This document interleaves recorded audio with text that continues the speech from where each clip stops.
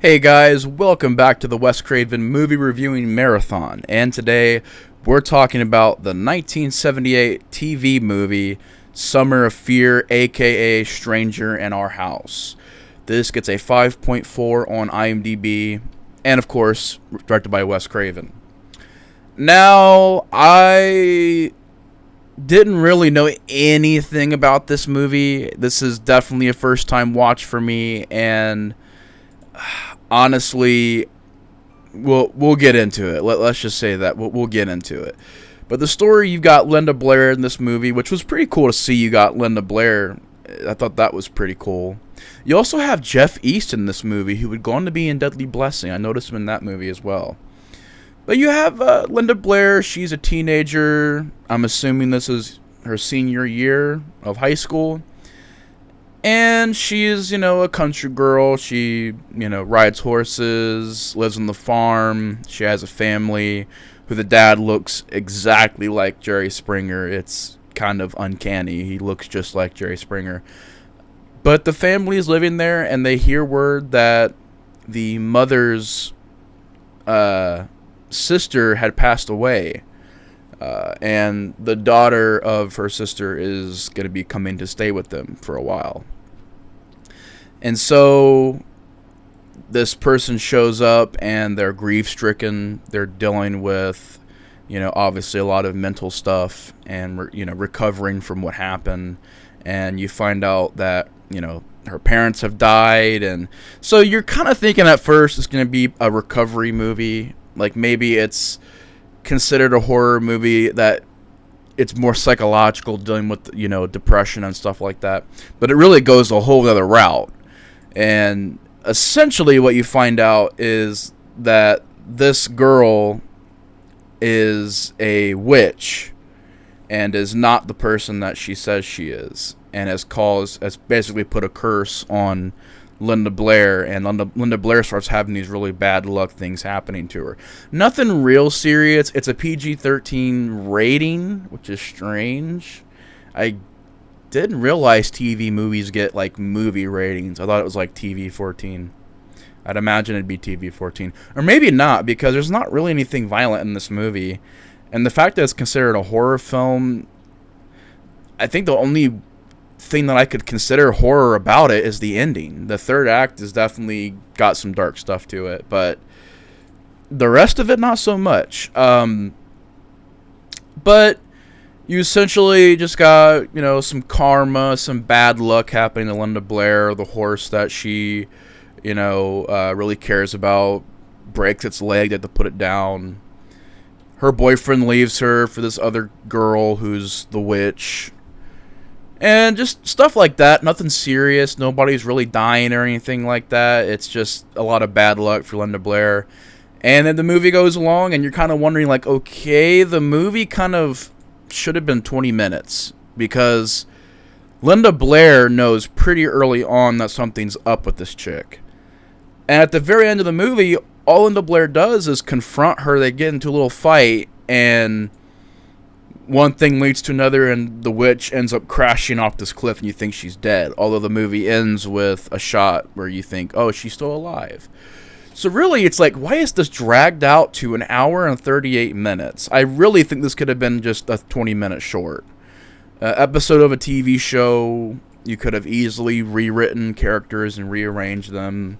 Maybe it could be a part of an anthology series. I think it'd be okay as an anthology series. I think it's a okay movie. I didn't hate it. It's just kind of unremarkable, and I really didn't find much to latch on with this movie and really remember it for. I mean, it's cool seeing Linda Blair. She's getting another role. I'm assuming this is right after Exorcist 2, because this is 78. She shot that in 76. Came out in 77. So maybe she did a movie in between this and Exorcist 2, but not long after. It was cool seeing Jeffrey East pop up. It was cool seeing some other cameos by people in this movie, some early career roles. And I think it's very well shot by Wes Craven. I mean, at this time period, this and Deadly Blessing, two movies back-to-back that I think are pretty well filmed. The usage of the environment, the cinematography, wherever they filmed it at, I love the location, the look of the movie. It's very, very well shot. That's probably the best thing about it, is I like the environment, the locations they use. I like the cinematography, beautiful scenes, and just beautiful direction. It's really well filmed. And it was cool seeing Linda Blair. I don't think she was awful, but I don't think she was great. I didn't really care about her character. Her character spends a lot of the movie whining and complaining and just being kind of irritating. So it's one of those things where, like, everything about it, I didn't hate it, I didn't love it. It just kind of existed, and it was there, and it was happening, and it was something that was going on. And I think this is a movie that I probably won't come back to and watch very often. Maybe not even ever again. It's not bad. It's not terrible. I would say give it a watch if you're a fan. Because, like, TV movies back in the day, it's fun seeing that. Because, like, okay, nowadays TV gets away with everything. What would a TV horror film be like back in the day? And it's a bit of a fun idea of, like, okay, let's see what they can bring. And for a TV movie, it looks good. It doesn't look low budget at all. It doesn't look like it was shot on a set somewhere. It looks like it was shot on location, and it looks pretty authentic. So I think Wes Craven did everything he could as far as his job goes. The look of the movie, the direction, the acting wasn't terrible. It wasn't great, but it wasn't terrible. It was serviceable. So I think Wes Craven did his job well. And I'm assuming he took this job strictly as a job. I'm not 100% sure on that, but it's not really mentioned a lot. You don't hear anybody bring up Summer of Fear. And I mean, I can't blame them. It's just unremarkable. It's kind of your typical run-of-the-mill story. The characters, there's nothing really that stands out about them.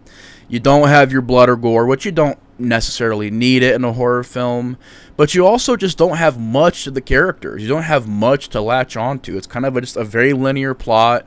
And you're wondering why it didn't end sooner. Basically, you're kind of wondering what took Linda Blair so long to realize this. And, like, actually, she knew it pretty early on. You're just wondering what took her so long to actually deal with the problem. And the way it ends is kind of bizarre because it ends with a giant crash. I'm assuming, oh, it's the finale. We can't have blood or anything. Explosions. We need explosions. And the twist is that, oh, this isn't the real, I think it's her cousin. Yeah, this isn't her real cousin. This is an intruder, and this is a false person. This is a witch. And all they really do is give her some bad-looking contacts. They look terrible. They look like something that you'd buy at a Halloween store for $10. And she's just nothing to this. There's maybe one moment that I thought this witch character was interesting. And it's when Linda Blair is in the middle of confronting her for, like, the third time. And being like, I know what you are. I know what's going on. And just in that scene, this chick exudes unlikeness, just rudeness, just the way that she plays it. And that one scene, she was totally unlikable, and she's supposed to be. She's the villain of the movie. That's the one scene I thought it was effective. Everything else was flat, nothing much going on.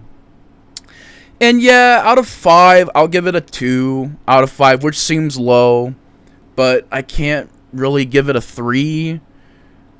I think it's just not a movie I'm going to watch again. It's not a movie I was a huge fan of, and I think it's kind of barely passable. But I definitely think people should check it out, give it a chance. I know there are some people that give it high praise, but it's not even a cult movie. It's just like, just kind of a movie that exists.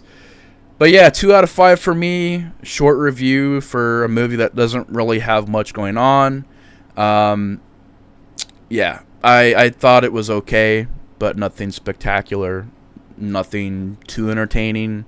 But I would say give it a watch and check it out. But anyways, y'all, that is my review for Summer of Fear.